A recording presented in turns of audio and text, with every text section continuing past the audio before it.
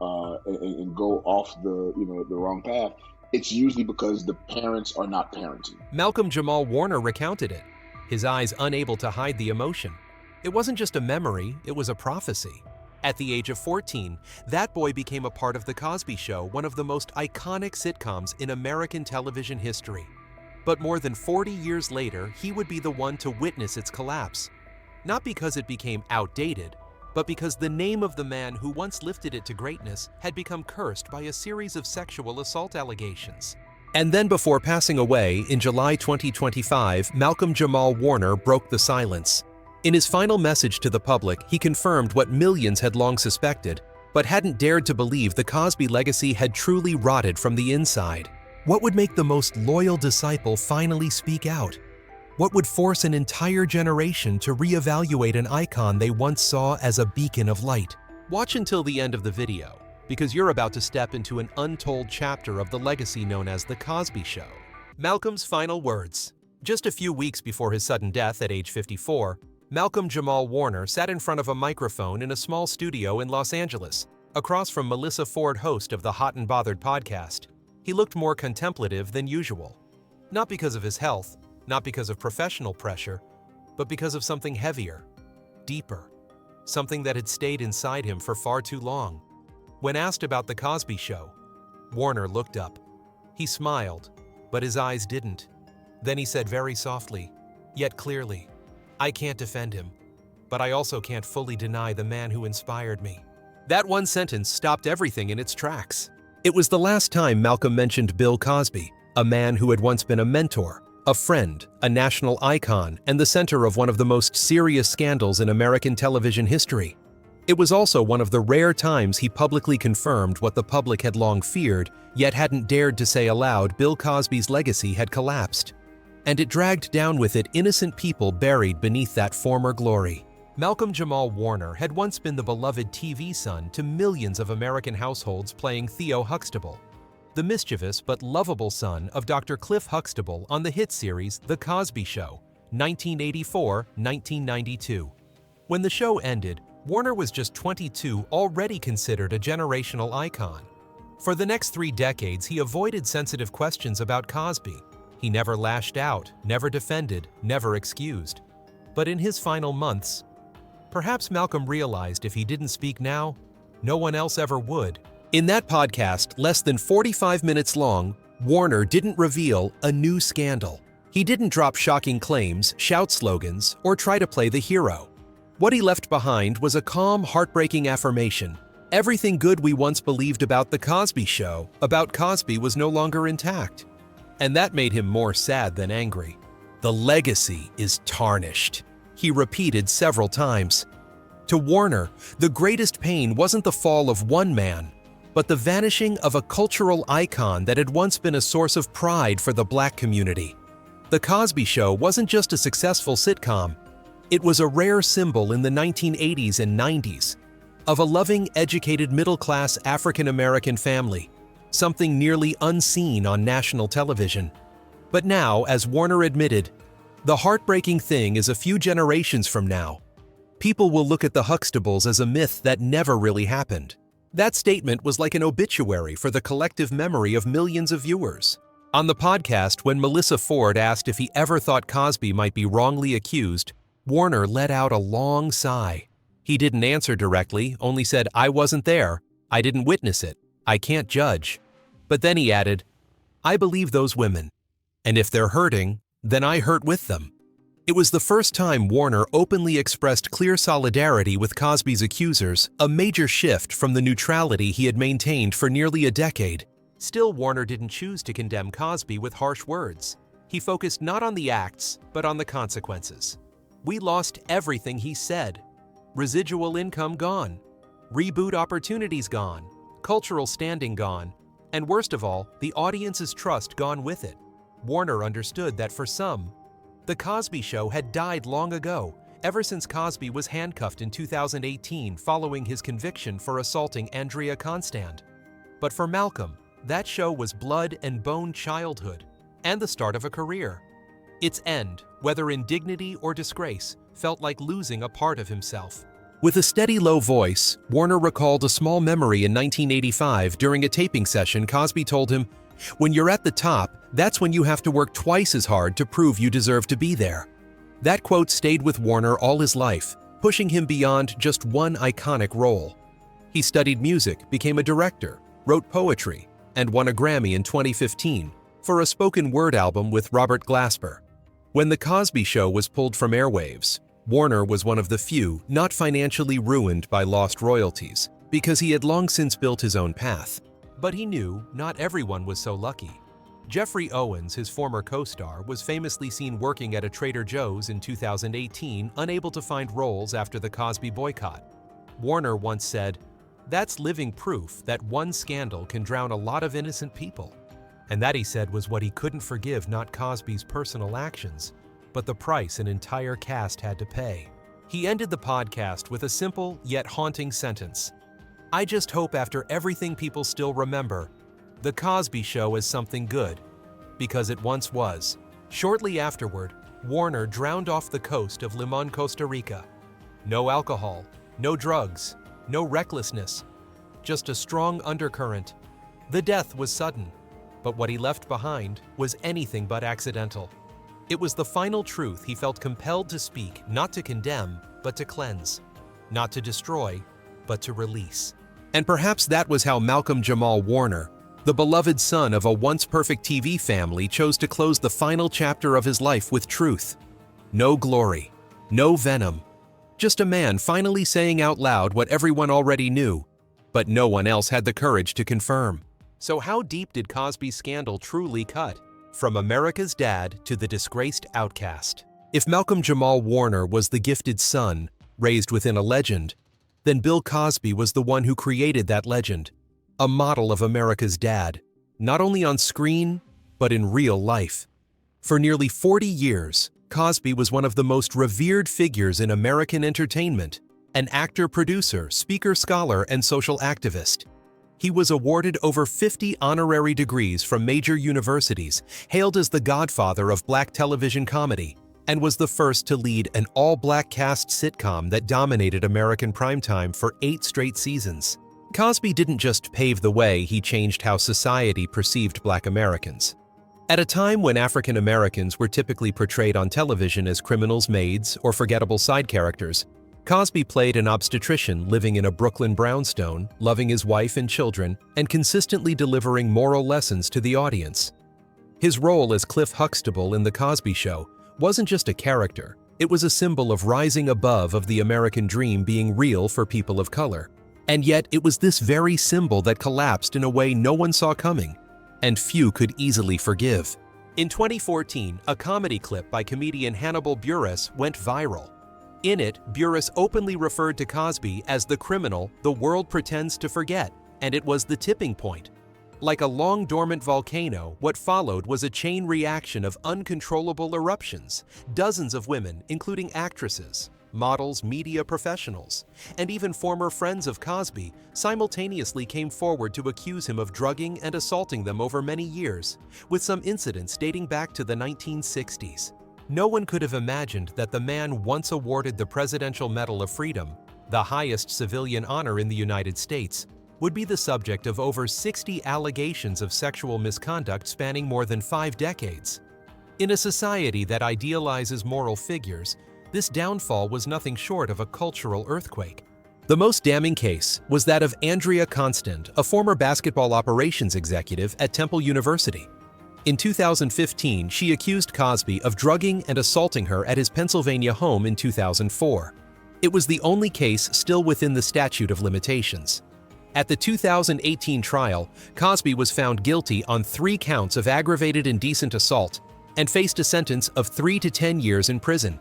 The image of America's dad walking out of court in cold steel handcuffs became a bitter symbol. Justice had finally arrived, but at the same time, an entire generation of memories shattered. In 2021, the Pennsylvania Supreme Court unexpectedly overturned the conviction, arguing that Cosby had a non-prosecution agreement with a previous district attorney back in 2005, a secret deal many believe should never have existed. Cosby was released immediately after serving just over 2 years. But that freedom couldn't restore the image he had lost. This was the moment society had to confront the truth the law may forgive, but the public does not forget. And yet few realize that the one who hurt the most, who struggled the longest to let go, was none other than Malcolm Jamal Warner. Why was that? Malcolm and the struggle between memory and truth. When Malcolm Jamal Warner first stepped onto the set of The Cosby Show in 1984, the 14-year-old boy had no idea that his life would forever be tied to a single name: Bill Cosby. As a teenager, Warner didn't just land the role that would turn him into a national star. He also gained a mentor, a television father figure, a guide who shaped not only his acting, but his entire worldview. Cosby, already a revered name in entertainment, quickly became Warner's emotional anchor, stern, yet inspiring, disciplined, yet filled with affection. Warner once shared that he learned from Cosby not just how to stand in front of the camera, but how to show up in life as a model black man. Cosby taught him how to dress, how to handle interviews, how to protect himself against the invisible pressures of a white-dominated industry, and how to guard against the temptations of early fame. "I grew up in his hands," Warner once said during a student talk at Howard University in 2011. "Without Cosby, there would be no me today."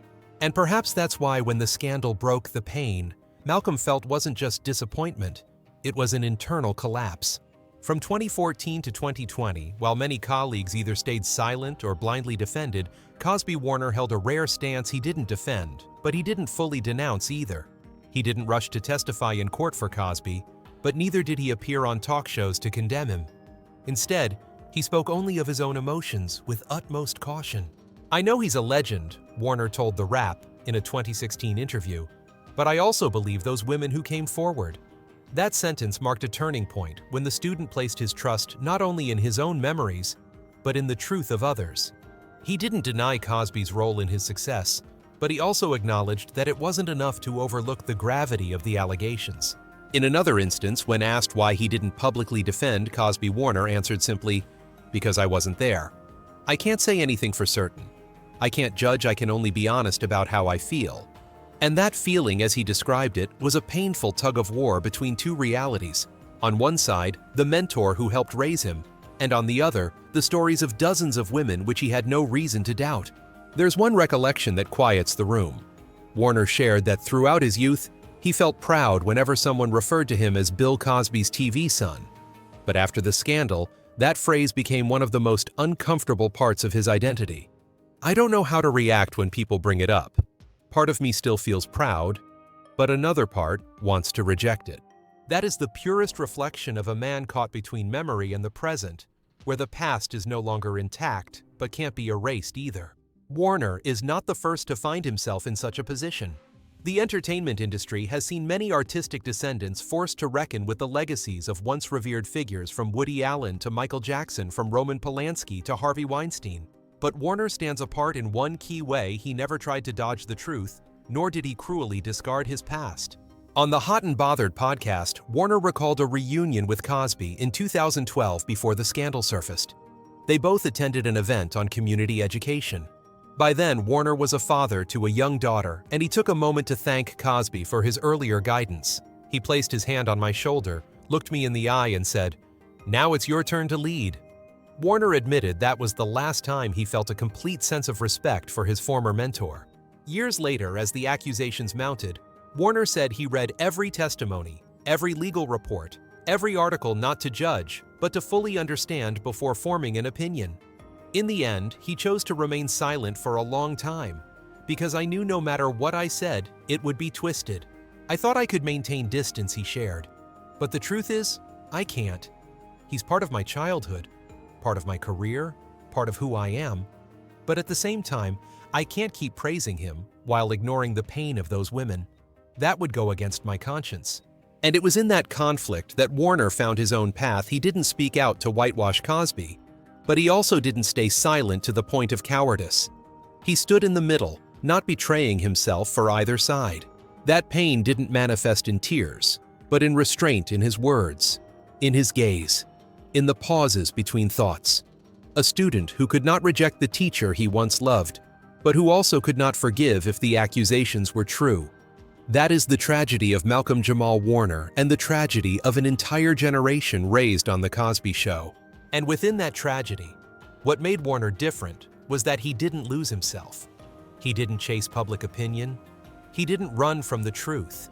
He didn't betray memory, but he didn't mythologize the past either. He chose honesty, with the pain, with the memories, and with his own heart.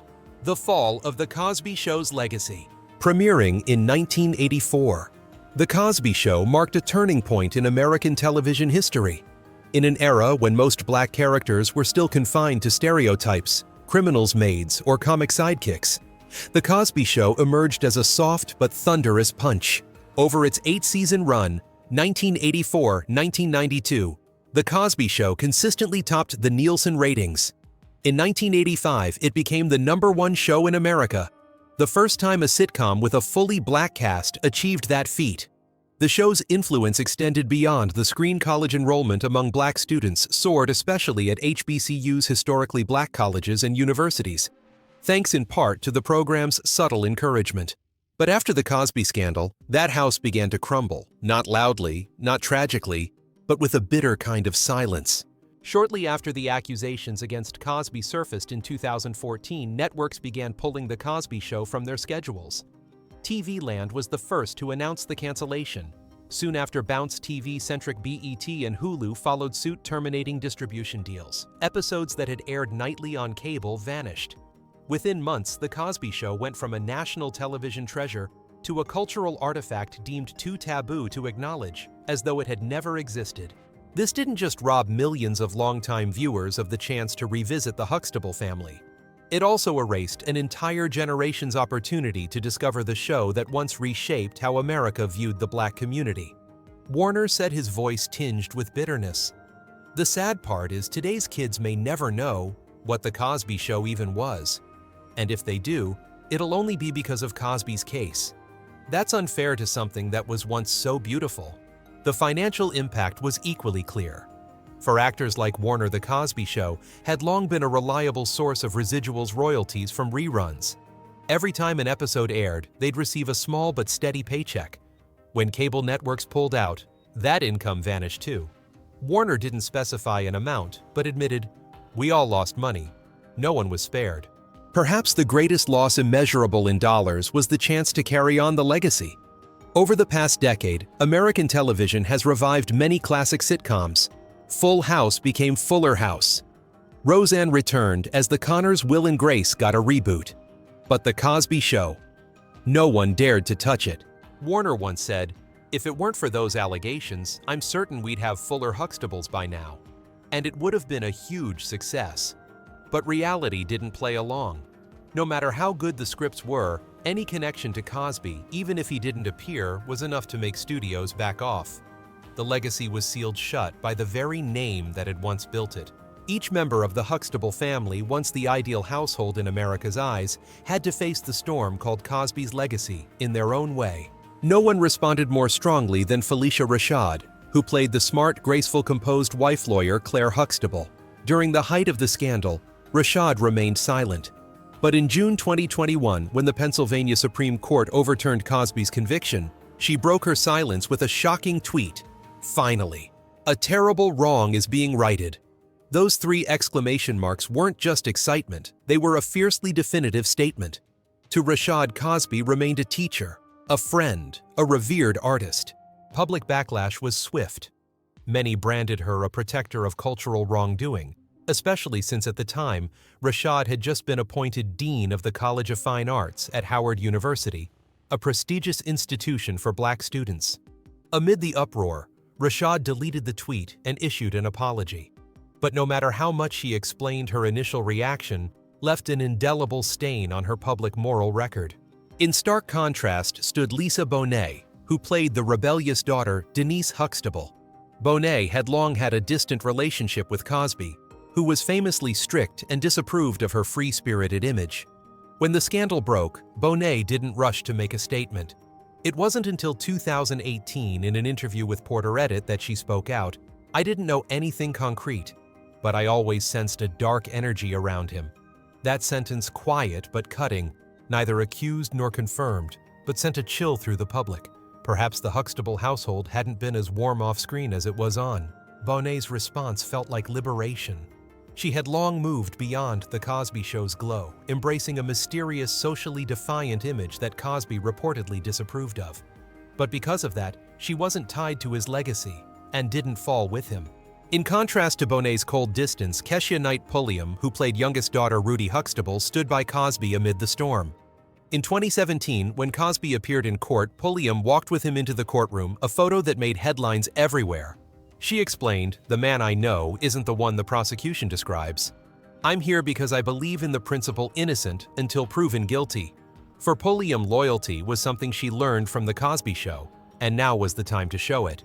Still, Pulliam didn't completely dismiss the victims.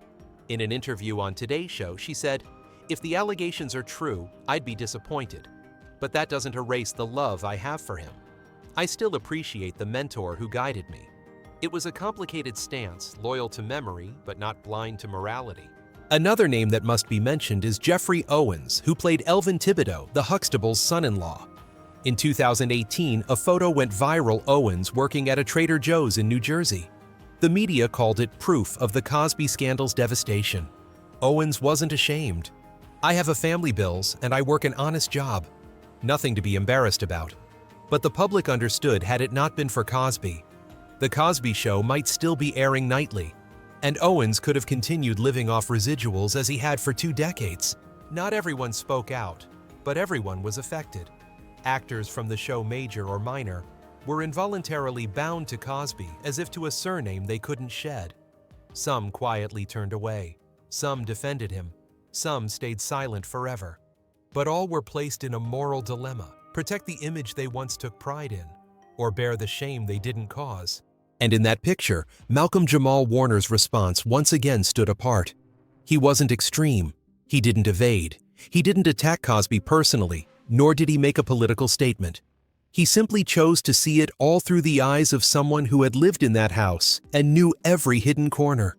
Because as he once said, "We weren't just castmates. We were a family on screen and off. And like any family, when the storm hits, everyone reacts differently. But no one escapes the consequences." Beyond the shadow and what Malcolm left for the next generation. When The Cosby Show was pulled from the airwaves, when residuals, a reliable income for decades, suddenly vanished, and when the name Bill Cosby became a symbol of a fallen cultural era, many people associated with the show were left shaken. But not Malcolm Jamal Warner. He didn't get swept away in the flood of public opinion. He didn't disappear. After The Cosby Show ended in 1992, he didn't rush to land another big role to keep the fame alive. On the contrary, he studied music directing and writing. He began a journey that he would later describe as the journey of rescuing myself from Cosby's shadow. From 1996 to 2000, he starred in the comedy series Malcolm and Eddie, a show praised for the chemistry between its leads and its light-hearted street vibe, a stark contrast to The Cosby Show's polished image. In 2011, he took another lead role in Read. Between the lines this time as a modern psychologist juggling career and family.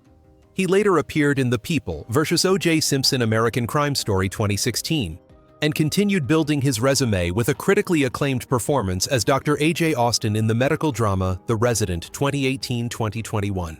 Warner didn't stop at acting, he also pursued music as a spoken word artist, blending poetry and music.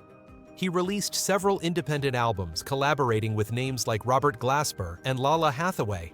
In 2015, he won a Grammy for Best Traditional R&B Performance with the song Jesus Children, a milestone that proved he could succeed in other fields without ever invoking the name Cosby.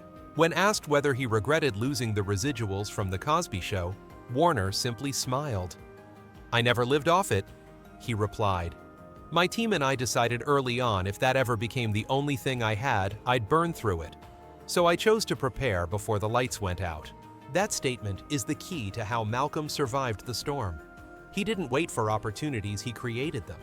He didn't seek justice from the public, he found fairness for himself through hard work and integrity. But what Warner is remembered for most isn't just his diverse career or personal resilience, it's the way he reflected on Cosby's legacy with wholeness and maturity. In a 2023 interview, he said, "No legend is perfect, And greatness doesn't erase wrongdoing. For Warner, Cosby was the clearest example of this, someone capable of tremendous good and of unforgivable mistakes. To the younger generation of black artists, Malcolm is no longer just Cosby's TV son, but a model of independence, honesty, and ever-evolving intellect. He didn't destroy Cosby's legacy, but he stepped out of its shadow with a voice all his own. Malcolm Jamal Warner is gone, but what he left behind is more than just a role, a career, or a principled stance. It is a model of maturity in a chaotic world. He did not defend Bill Cosby, but he also did not deny what had shaped him. He didn't chase public opinion, but he also didn't remain silent in the face of truth. That is the strength of a man who knows who he is and knows what must be held onto until the very end. If you believe, too, that we need honest, fair, and thoughtful perspectives to truly understand the cultural icons that once shaped a generation, don't forget to follow the channel, turn on notifications, and share this story. We will continue telling what was once thought forgotten, and perhaps somewhere in these stories you'll find a piece of yourself. All data, analysis, and commentary in this video are presented based on information available at the time of production. The content is subject to change over time and should not be considered a definitive forecast. There is still so much more to explore: stories of resilience, legacy, and truth. Feel free to dive into some of our top recommended videos now appearing on your screen.